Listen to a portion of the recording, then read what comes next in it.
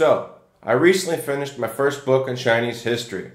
If I'm being honest, before coming to China, I didn't know anything about its history. Well, now I live here and there's lots to learn. Culture, language, geography, and more. But for me though, I'm most interested in the history.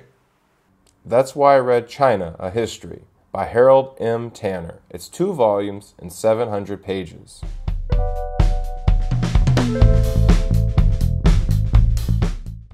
I love to read. My 2 favorite genres are science fiction and history. That's right. I live in the present, but when I want to escape, I'm going to the future or the past. When I visit a new place, I work hard to learn its past. Now that I live in China, I've decided to become an expert in Chinese history. It could take a year of reading, and I may mispronounce some names, but I will be a Chinese history buff.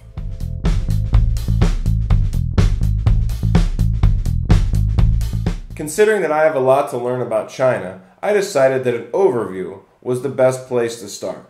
I figured I'd get a look at the big picture.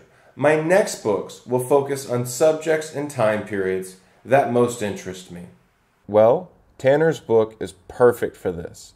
It covers the 5,000 years that China has existed. He starts in pre-recorded history during the Bronze Age, then covers each of the 7 major dynasties. The last dynasty, the Qing, is where the second volume starts. He then covers the Republic of China and closes with 1949 to the present. Volume 1 covers about 4,500 years of history, and Volume 2 covers about 400 years of history. The books do a great job of covering everything. The bibliography is like 100 pages. Tanner clearly did his homework. After reading this book, I have an excellent glimpse into Chinese history.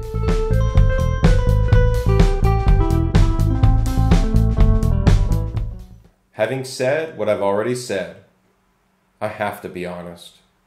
China, A History is a very underwhelming book. This is not a criticism of Chinese history.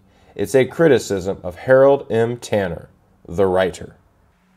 If I were to describe his writing style in one word, it would be boring. Volume 1 is particularly dry.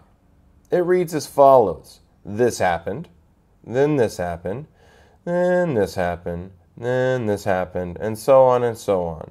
There is no flair. There are no interesting tidbits. He gets all the facts right, but it's not engaging. One of 2 things is true. Either Tanner is a boring person, or ancient Chinese history bored him. Volume 2 is a much better read.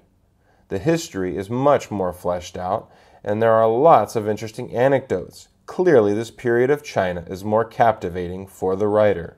And I really enjoyed it. Much more. Had I not had to plow through the 400 pages of Volume 1, I would probably have a much higher view of Harold Tanner. It's just frustrating that China's long history didn't inspire better writing. Then again, maybe my expectations are too high. I'm used to reading historians like David McCullough, John Meacham, and Stephen Ambrose. Harold M. Tanner has a long way to go if he wants to ascend to their heights.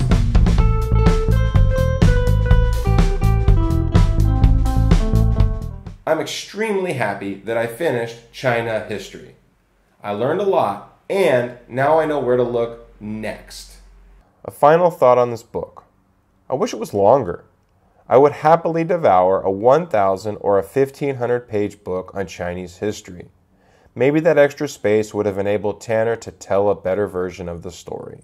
As you can tell, this video is almost done. Up next, I'm going to cover some of what I learned from the book, and I'm going to apply it for Western audiences. The focus will be on the 19th century Qing dynasty, a period known as the Century of Shame. I, along with many other historians, believe this time period is essential for understanding modern China. I can't wait to share my observations. Bye-bye.